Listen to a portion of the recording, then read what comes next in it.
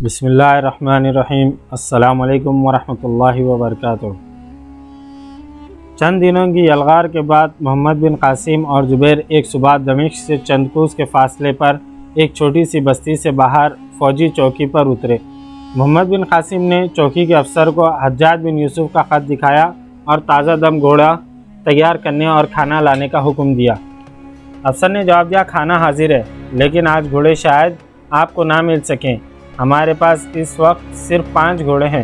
محمد بن قاسم نے کہا، لیکن ہمیں تو صرف 2 چاہیے، لیکن ان گھوڑوں پر امیر المومنین کے بھائی سلیمان بن عبد الملک اور ان کے ساتھی دمشق روانہ ہونے والے ہیں۔ کل چونکہ دمشق میں فنون حرب کی نمائش ہوگی، اس لیے ان کا آج شام تک وہاں پہنچنا ضروری ہے۔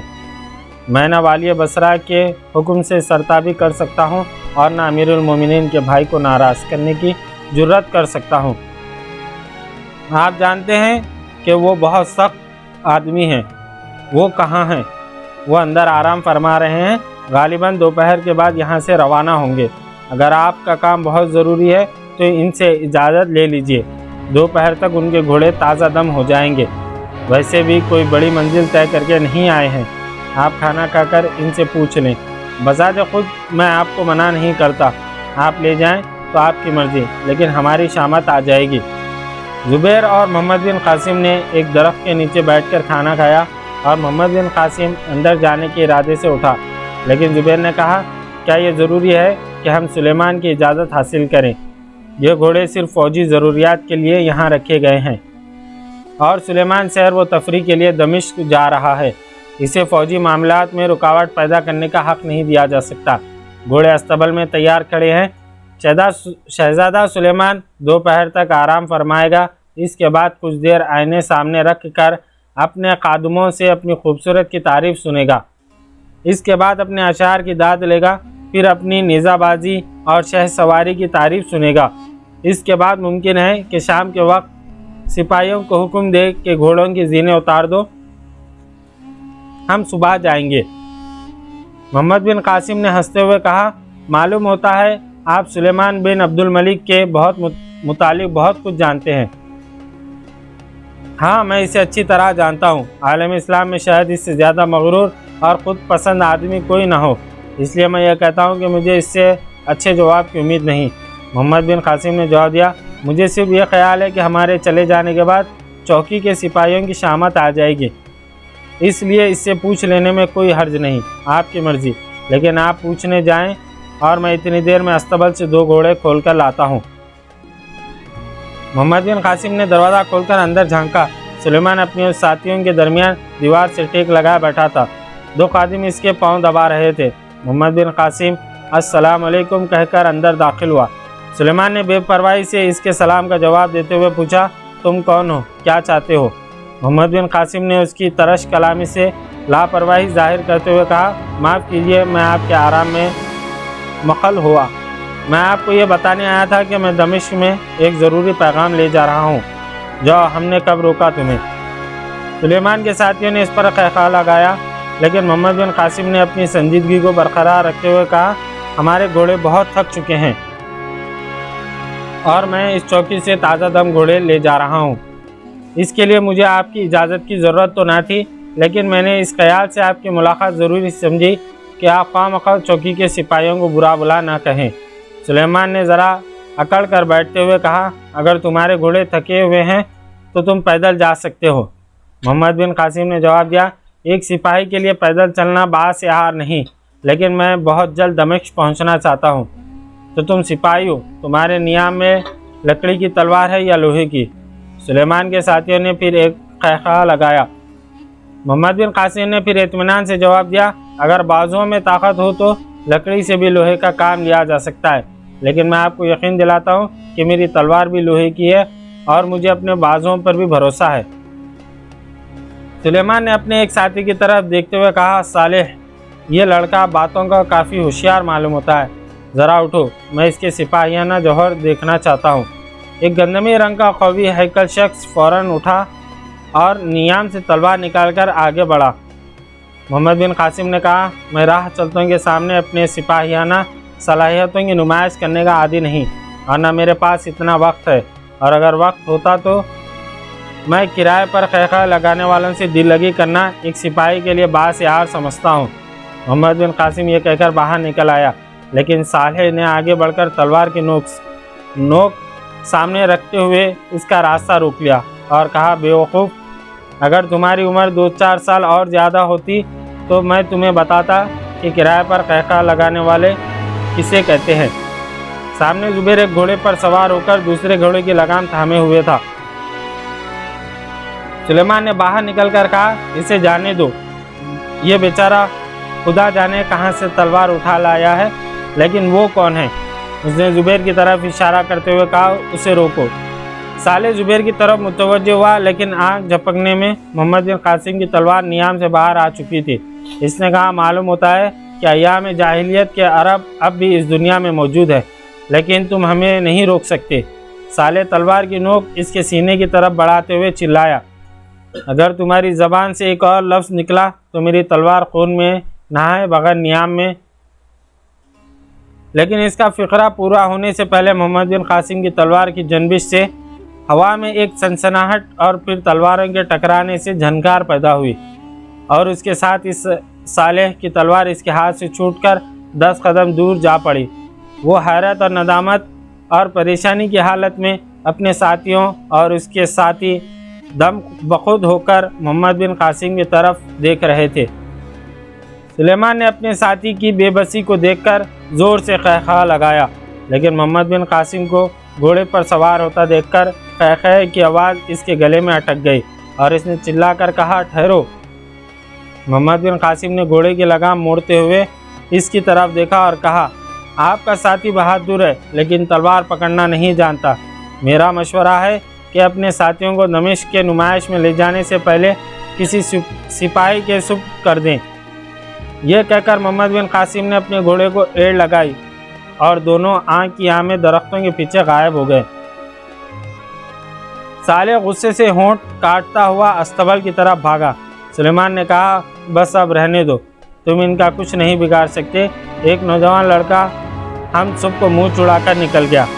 راستے میں زبیر نے محمد بن قاسم سے کہا، دیکھ لیا شہزادہ سلیمان کو؟ میں آپ کو یہ بھی بتا دوں، وہ خلافت کا امیدوار بھی ہے۔ محمد بن قاسم نے کہا، خدا مسلمانوں کو شر سے بچائے۔ زبیر نے کہا، محمد، آج میں نے پہلی دفعہ تمہارے چہرے پر جلال دیکھا ہے۔ تلوار نکالتے وقت تم اپنی عمر سے کئی سال بڑے معلوم ہوتے تھے، اور جانتے ہو وہ شخص جسے تم نے مغلوب کیا وہ کون تھا؟ وہ صالح تھا۔ قریباً 1.5 سال ہوا میں نے اس کو کوفے میں دیکھا تھا۔ اسے تیغ زنی میں اپنے کمال پر ناز ہے، لیکن آج اس کا غرور اسے لو ڈوبا۔ دمشق کی جامع مسجد میں نماز عصر ادا کرنے کے بعد محمد بن قاسم اور زبیر قصر خلافت میں داخل ہوئے۔ خلیفہ ولید کے دربار نے ان کی آمد کی اطلاع پاتے ہی انہیں اندر بلایا۔ ولید بن عبد الملک نے یکے بعد دیگر ان دونوں کو سر سے پاؤں تک دیکھا اور پوچھا، تم میں سے محمد بن قاسم کون ہے؟ محمد بن قاسم نے جواب دیا، میں ہوں۔ حاضرین دربار جن کی نگاہیں زبیر پر مرکوز ہو چکی تھی، حیرت زدہ ہو کر محمد کی طرف متوجہ ہوئی، اور ان کی خاموش نگاہیں آپس میں سرگوشیاں کرنے لگی۔ حجاج بن یوسف کے گزشتہ مکتوب سے ولید کو معلوم ہو چکا تھا کہ محمد بن قاسم بالکل نوجوان ہے، لیکن اس کے باوجود بھی درباریوں کی طرح زبیر ہی کو حجاج بن یوسف کا ہونہار بھتیجا سمجھ رہا تھا، اور 16-17 سالہ نوجوان کو خطیبہ کے لشکر کے ہر اول کا سالار اعلیٰ تسلیم کرنے کے لیے تیار نہ تھا۔ آنکھوں کے اشارے کے ساتھ ہی اہل دربار کی زبانیں بھی ہلنے لگی، اور ولید نے اچانک یہ محسوس کرتے ہوئے کہا کہ اس کے خاندان کے سب سے بڑے محسن حجاج بن یوسف کے متعلق کچھ کہا جا رہا ہے۔ مسند سے اٹھ کر محمد اور زبیر سے مصافحہ کیا اور انہیں اپنے قریب بٹھاتے ہوئے کہا، وہ مجاہد جس کے متعلق حجاج بن یوسف جیسا مرد شناسات اور قتیبہ بن مسلم جیسا سپاہ سالار اس قدر بلند رائے رکھتے ہو، میرے لیے یقیناً قابل احترام ہے۔ پھر اس نے محمد بن قاسم سے مخاطب ہو کر پوچھا، اور یہ تمہارا بڑا بھائی ہے؟ نہیں امیر المومنین، یہ زبیر ہے۔ ولید نے زبیر کی طرف غور سے دیکھتے ہوئے کہا، میں نے شاید پہلے بھی تمہیں دیکھا ہے، شاید تم سراندیم کے ایلچی کے ساتھ گئے تھے، تم کب آئے اور وہ بچے کہاں ہیں؟ خلیفہ کی طرح حاضرین دربار کی توجہ بھی زبیر پر مرکوز ہو گئی اور بعد نے اسے پہچان لیا۔ زبیر کا تذبذب دیکھ کر محمد بن قاسم نے جلدی سے حجاج بن یوسف کا خط پیش کرتے ہوئے کہا، امیر المومنین، ہم ایک نہایت ہی ضروری پیغام لے کر آئے ہیں، آپ ملاحظہ فرمائیں۔ ولید نے خط کھول کر پڑھا اور کچھ دیر سوچنے کے بعد حاضرین دربار سے مخاطب ہو کر کہا، سندھ کے راجا نے ہمارا جہاز لوٹ لیا ہے، سراندیپ سے آنے والی بیواؤں اور یتیم بچوں کو قید کر لیا ہے۔ زبیر، تم اپنی تمام سرگشت خود سناؤ۔ زبیر نے شروع سے لے کر آخری تک تمام واقعات بیان کیے، لیکن دربار میں جوش و خروش کے بجائے مایوسی کے آثار پا کر اختتام پر اس کی آواز بیٹھ گئی اور اس نے جیب سے رومال نکال کر خلیفہ کو پیش کرتے ہوئے کہا، ابو الحسن کی بیٹی نے یہ خط والی بصرہ کے نام لکھا تھا۔ حجاج بن یوسف کی طرح ولید بھی یہ خط پڑھ کر بے حد متاثر ہوا۔ اس نے اہل دربار کو سنانے کے لیے خط کو دوسری بار بلند آواز میں پڑھنے کی کوشش کی، لیکن چند فقرے پڑھنے کے بعد اس کی آواز رک گئی۔ اس نے مکتوب محمد بن قاسم کے ہاتھ میں دیتے ہوئے کہا، تم پڑھو۔ محمد بن قاسم نے سارا خط پڑھ کر سنایا۔ مجلس کا رنگ بدل چکا تھا۔ حاضرین میں سے اکثر کے چہرے یہ ظاہر کر رہے تھے کہ جذبات کا طوفان عقل کی مصلحتوں کو مغلوب کر چکا ہے، لیکن ولید کو خاموش دیکھ کر سب کی زبانیں رک گئی تھی۔ خیر کا عمر رسیدہ قاضی دیر تک اسی خاموشی کو برداشت نہ کر سکا۔ اس نے کہا، امیر المومنین، اب آپ کو کس بات کا انتظار ہے؟ یہ سوچنے کا موقع نہیں، پانی سر سے گزر چکا ہے۔ ولید نے پوچھا، آپ کی کیا رائے ہے؟ قاضی نے جواب دیا، امیر المومنین، فرض کے معاملے میں رائے سے کام نہیں لیا جاتا۔ رائے صرف اس وقت کام دے سکتی ہے جب سامنے دو راستے ہوں، لیکن ہمارے سامنے صرف ایک راستہ ہے۔ ولید نے کہا، میں آپ سب کی رائے پوچھتا ہوں۔ ایک عہدیدار نے کہا، ہم میں سے کوئی بھی الٹے پاؤں چلنا نہیں جانتا۔ ولید نے کہا، لیکن ہمارے پاس افواج کہاں ہیں؟ موسیٰ کا پیغام آ چکا ہے کہ وہ انگلش پر حملہ کرنا چاہتا ہے۔ دوسری طرف ترکستان میں عراق کی تمام افواج کو قتیبہ اپنے لیے کافی نہیں سمجھتا۔ ہمیں نئے محاذ کھولنے کے لیے یا تو ان میں سے ایک محاذ کمزور کرنا پڑے گا یا اور کچھ مدت انتظار کرنا پڑے گا۔ قاضی نے جواب دیا، امیر المومنین، یہ خط سننے کے بعد ہم میں سے کوئی ایسا نہیں جو انتظار کا مشورہ دے۔ اگر آپ یہ معاملہ عوام کے سامنے پیش کریں تو مجھے امید ہے کہ سندھ کی مہم کے لیے ترکستان یا افریقہ سے افواج منگوانے کی ضرورت پیش نہ آئے۔ ولید نے کہا، اگر آپ عوام کو جہاد کے لیے آمادہ کرنے کی ذمہ داری لینے کے لیے تیار ہیں تو ابھی اعلان جہاد کرنے کے لیے تیار ہوں۔ قاضی تذبذب سا ہو کر اپنے ساتھیوں کی طرف دیکھنے لگا۔ ولید نے کہا، میں عوام سے مایوس نہیں، مجھے صرف یہ شکایت ہے کہ ہمارے اہل رائے طبقہ خود غرض اور خود پسند ہو چکا ہے۔ آپ جانتے ہیں، جب موسیٰ بن نصیر نے افریقہ میں پیش قدمی کی تھی تو اونچے طبقے کے کئی آدمیوں نے ہماری مخالفت کی تھی۔ جب قتیبہ نے مرو پر حملہ کیا تو میرے اپنے ہی بھائی سلیمان نے مخالفت کی تھی۔ یہ ہماری اور بدقسمتی ہے کہ بااثر طبقے میں جو لوگ کچھ مخلص ہیں وہ کاہل اور تن آساں ہیں اور گھروں میں بیٹھے روئے زمین پر غلبہ اسلام کے لیے اپنی نیک دعاؤں کو کافی سمجھتے ہیں۔ اگر آپ سب عوام تک پہنچنے کی کوشش کریں تو چند دنوں میں ایک ایسی فوج تیار ہو سکتی ہے جو نہ صرف سندھ بلکہ تمام دنیا کی تسخیر کے لیے کافی ہوگا۔ لیکن برا نہ مانیں، آپ تھوڑی دیر کے لیے متاثر ہوئے ہیں اور ایک یا دو دن عوام کو بلکہ اپنے جیسے طبقوں کے بے عمل لوگوں کو یہ خبر سنانے میں ایک لذت محسوس کریں گے۔ سندھ کے ظالم راجا کو برا بلا کہیں گے اور اس کے بعد بنی اسرائیل کی طرح دنیا اور عاقبت کا بوجھ خدا کے سر تھوپ کر آرام سے بیٹھ جائیں گے۔ لیکن اگر آپ ہمت کریں تو میں آپ کو یقین دلاتا ہوں کہ عامت المسلمین ابھی تک زندہ ہے۔ اگر آپ اونچے طبقے کی تفریح مجالس کے بجائے دمشق کے ہر گھر میں جانا، عوام میں بیٹھنا اور ان سے باتیں کرنا گوارا کریں تو سندھ کے اسیر جو قید خانے کی دیواروں سے کان لگائے کھڑے ہیں بہت جلد ہمارے گھوڑوں کے ٹاپ سن سکیں گے۔ اور خدا اس لڑکی کو زندگی اور صحت دے، وہ اپنی آنکھوں سے دیکھے گی کہ ہماری تلواریں کند نہیں ہوئی۔ محمد بن قاسم نے کہا، اگر امیر المومنین مجھے اجازت دیں تو میں یہ ذمہ داری لینے کے لیے تیار ہوں۔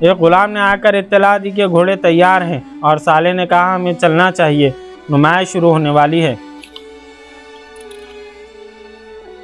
زمانہ جاہلیت میں بھی عرب تیر اندازی، شمشیر زنی اور شہ سواری میں غیر معمولی مہارت حاصل کرنا اپنی زندگی کا اہم ترین فریضہ سمجھتے تھے۔ سرداری، عزت، شہرت اور ناموری کا سب سے بڑا معیار یہی تھا۔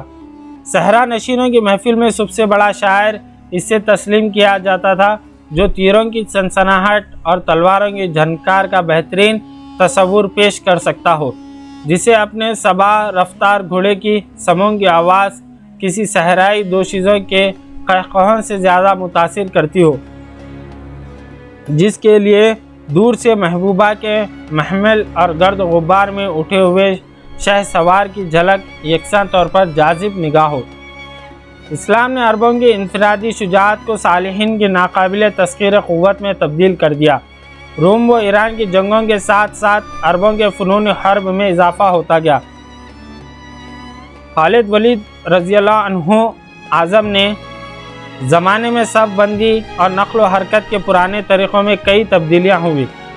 عربوں میں وہ ذرہ پہننے کا رواج پہلے بھی تھا، لیکن روم کی جنگ کے بعد دوران زر ہے وہ خود سپاہیانہ لباس کا اہم ترین جزء بن گئے۔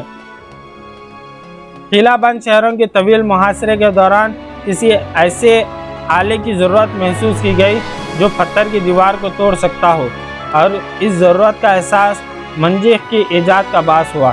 یہ ایک لکڑی کا آلہ تھا جس سے بھاری پتھر کافی دور پھینکے جا سکتے ہیں۔ اس کی بدولت حملہ آور افواج قلعہ بند تیر اندازوں کی زرد سے محفوظ ہو کر شہر پناہ پر پتھر برساتی تھی۔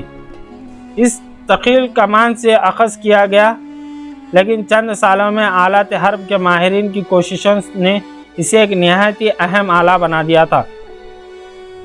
قلعہ بند شہروں کی تسخیر کے لیے دوسری چیز جسے عربوں نے بہت زیادہ رائج دیا، یہ لکڑی کا ایک چھوٹا سا قلعہ تھا جس کے نیچے پہیے لگے جاتے تھے۔ چند سپاہی لکڑی کے تختوں کی آڑ میں بیٹھ جاتے اور چند اسے ڈھکیل کر شہر کی فصیل کے ساتھ لگا دیتے تھے۔ پیادہ سپاہی اس کی پناہ میں آگے بڑھتے اور اسے سیڑھی کا کام لے کر فصیل پر جا چڑھتے۔ کھلے میدان میں پیادہ فوج کی طرح عرب سوار بھی ابتدا میں تلوار کو نیزے پر ترجیح دینے کے عادی تھے، لیکن آہن پوش سپاہیوں کے مقابلے میں انہوں نے نیزے کی اہمیت کو زیادہ محسوس کیا، اور چند سالوں میں عرب کے طول و عرض میں تیر اندازی اور تیغ زنی کی طرح نیزہ بازی کا رواج بھی عام ہو گیا۔ شام کے مسلمان روم کی قربت کی وجہ سے زیادہ متاثر تھے، اور یہاں نیزہ بازی کو آہستہ آہستہ تیغ زنی پر ترجیح دی جانے لگی۔ عرب گھوڑے اور سوار دنیا بھر میں مشہور تھے، اس لیے دوسرے فنون کی طرح نیزہ بازی میں بھی وہ ہمسایہ ممالک پر سبقت لے گئے۔ دمشق کے باہر ایک کھلے میدان میں قریباً ہر روز نیزہ بازی کی مشق کی جاتی تھی۔ نیزہ بازی میں یونان کا قدیم رواج مقبولیت حاصل کر رہا تھا۔ اس طرح یہاں پر آج 13ویں قسط اپنے اختتام کو پہنچی۔ کل ہم اسی وقت آپ کی خدمت میں 14ویں قسط لے کر حاضر ہوں گے۔ جزاک اللہ خیر۔